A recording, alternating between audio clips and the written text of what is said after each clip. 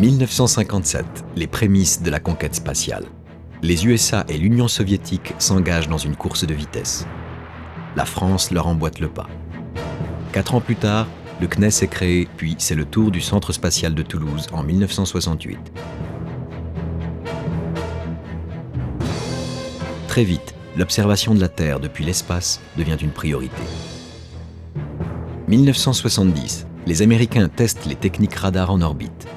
Ils lancent en 1978 le premier satellite d'observation des océans CISAT, puis, en 1985, GEOSAT. À Toulouse, des systèmes spatiaux de localisation et de collecte de données sont développés avec succès. Les projets EOL puis Argos, les travaux en géodésie et localisation précise, ouvrent la voie aux premières coopérations franco-américaines.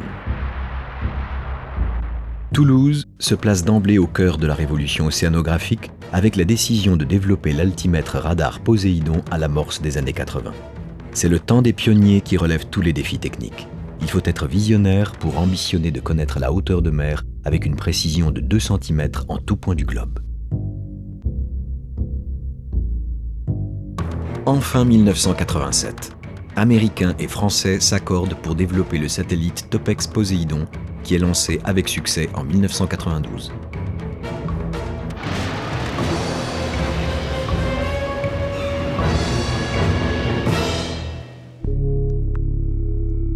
Une nouvelle vision globale des océans s'offre au monde. Hauteur de mer, circulation océanique, phénomène El Niño observé en 1994, anticipé en 1997.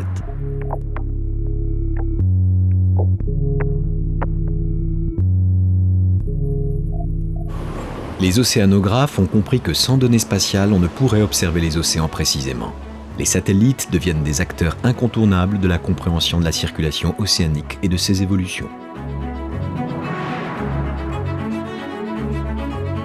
Au même moment, la communauté internationale prend conscience de la problématique des changements climatiques et du rôle majeur que l'océan joue dans ces phénomènes.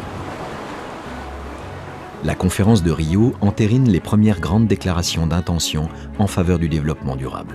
20 ans plus tard, à Copenhague puis à Rio+20, force est de constater la difficulté d'aboutir à un consensus. Mais durant ces 20 années, le développement des outils spatiaux se poursuit et les scientifiques continuent de conjuguer leurs efforts pour bâtir l'océanographie opérationnelle. Topex en 1992, Jason 1 en 2001, Jason 2 en 2008, Jason 3 en 2016. Autour de cette filière bâtie par le CNES et la NASA, rejoint par EUMETSAT et la NOAA, d'autres missions voient le jour comme le satellite franco-indien Saral en 2013. En parallèle, la filière ERS-Envisat de l'Agence spatiale européenne s'est mise en place en vue du programme Copernicus. Une communauté scientifique se forme. La filière toulousaine y occupe une place de choix, avec plus de 1000 chercheurs, ingénieurs et techniciens qui travaillent dans les métiers de l'océanographie spatiale.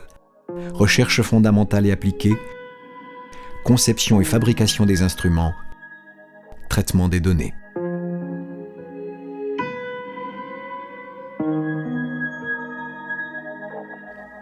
Aujourd'hui, l'altimétrie spatiale fournit des données indispensables à toute la communauté de recherche et opérationnelle. 25 ans de collecte de données attestent ainsi d'une élévation du niveau des mers, avec des disparités régionales importantes de l'ordre de plus ou moins 10 cm. Quant au niveau moyen global, il s'est élevé de 3 mm par an, soit 8 cm sur la période. Quid de l'évolution de ce niveau au cours des prochaines décennies, compte tenu du réchauffement climatique ?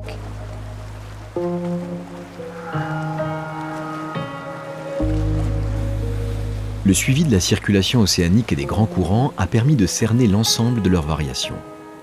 Par exemple, le courant du Gulf Stream qui pourrait être perturbé du fait du réchauffement climatique, avec pour effet un refroidissement de toute l'Europe. La détection au jour le jour des anomalies de hauteur de mer permet d'anticiper sur les phénomènes océaniques majeurs comme El Niño et la Niña, qui, lorsqu'ils surviennent, ont des conséquences climatiques désastreuses. L'altimétrie est utile en géodésie et géophysique pour observer la forme de la Terre, notamment connaître le géoïde marin et la bathymétrie. La topographie d'un glacier, l'épaisseur et les caractéristiques de la glace, y compris les glaces de mer, peuvent être déterminées. Une nouvelle science prometteuse est née de l'altimétrie, l'hydrologie spatiale. Elle permet de suivre le niveau des lacs, des mers fermées et des grands fleuves pour, à terme, mieux gérer les ressources en eau.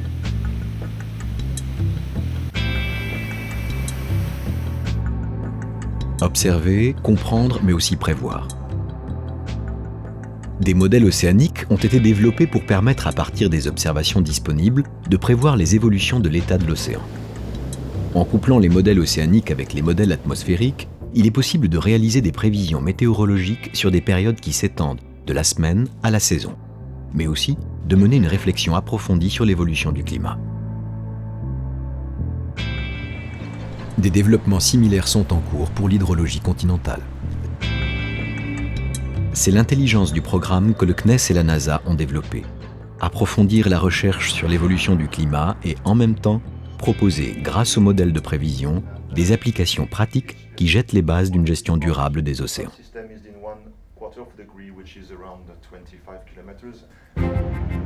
Ainsi, il est possible d'optimiser les routes de navigation en fonction des courants, d'améliorer la météorologie marine en prévoyant la hauteur des vagues et de la houle, de participer à la gestion de crise en cas de marée noire,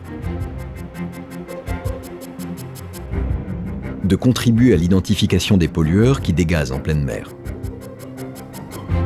de mieux apprécier les risques d'installation et d'exploitation d'une plateforme offshore, d'aider à une gestion durable des ressources halieutiques. De nombreuses autres applications sont en devenir pour faciliter notamment la gestion des espaces côtiers. Les agences spatiales, avec les équipes de recherche, ont créé de toutes pièces et de façon très visionnaire l'océanographie opérationnelle. L'offre concerne l'ensemble des domaines de la mer et va se développer considérablement dans les années à venir pour élargir le champ des applications commerciales, de services publics et de développement durable.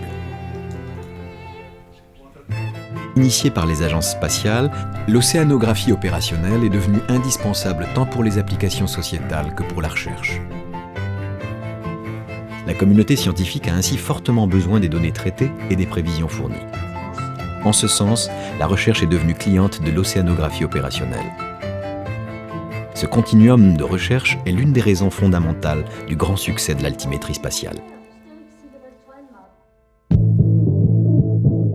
Aujourd'hui, les équipes toulousaines contribuent fortement au programme européen Copernicus avec les satellites Sentinel-3 et le futur satellite Sentinel-6 Jason CS.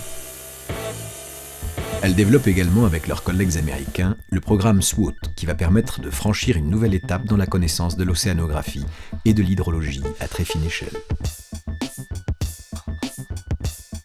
Son instrument offrira une vision bidimensionnelle avec une résolution et une précision améliorées par 10 et une couverture globale tous les 21 jours.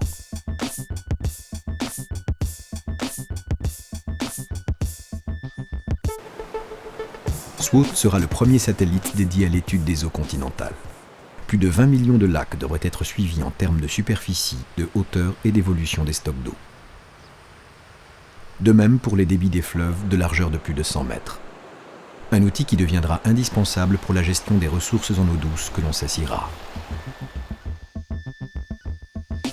Les océanographes vont enfin découvrir la mésoéchelle, phénomène et tourbillon océanique de petite dimension de l'ordre de 10 à 100 km.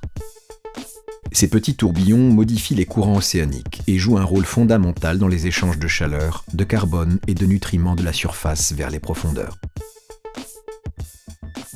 L'observation globale de ces processus est indispensable pour l'étude du climat. Que nous réservera l'observation des marées internes pour la compréhension de la circulation océanique? Et que dire de l'océanographie côtière?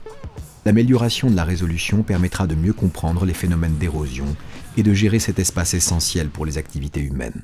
70% de la population vit près des côtes. Prévu pour un lancement en 2021, SWOT est le grand défi de ces prochaines années. Les équipes toulousaines, avec leurs collègues américains, y consacrent toute leur énergie et leur savoir-faire pour le développement durable de notre planète.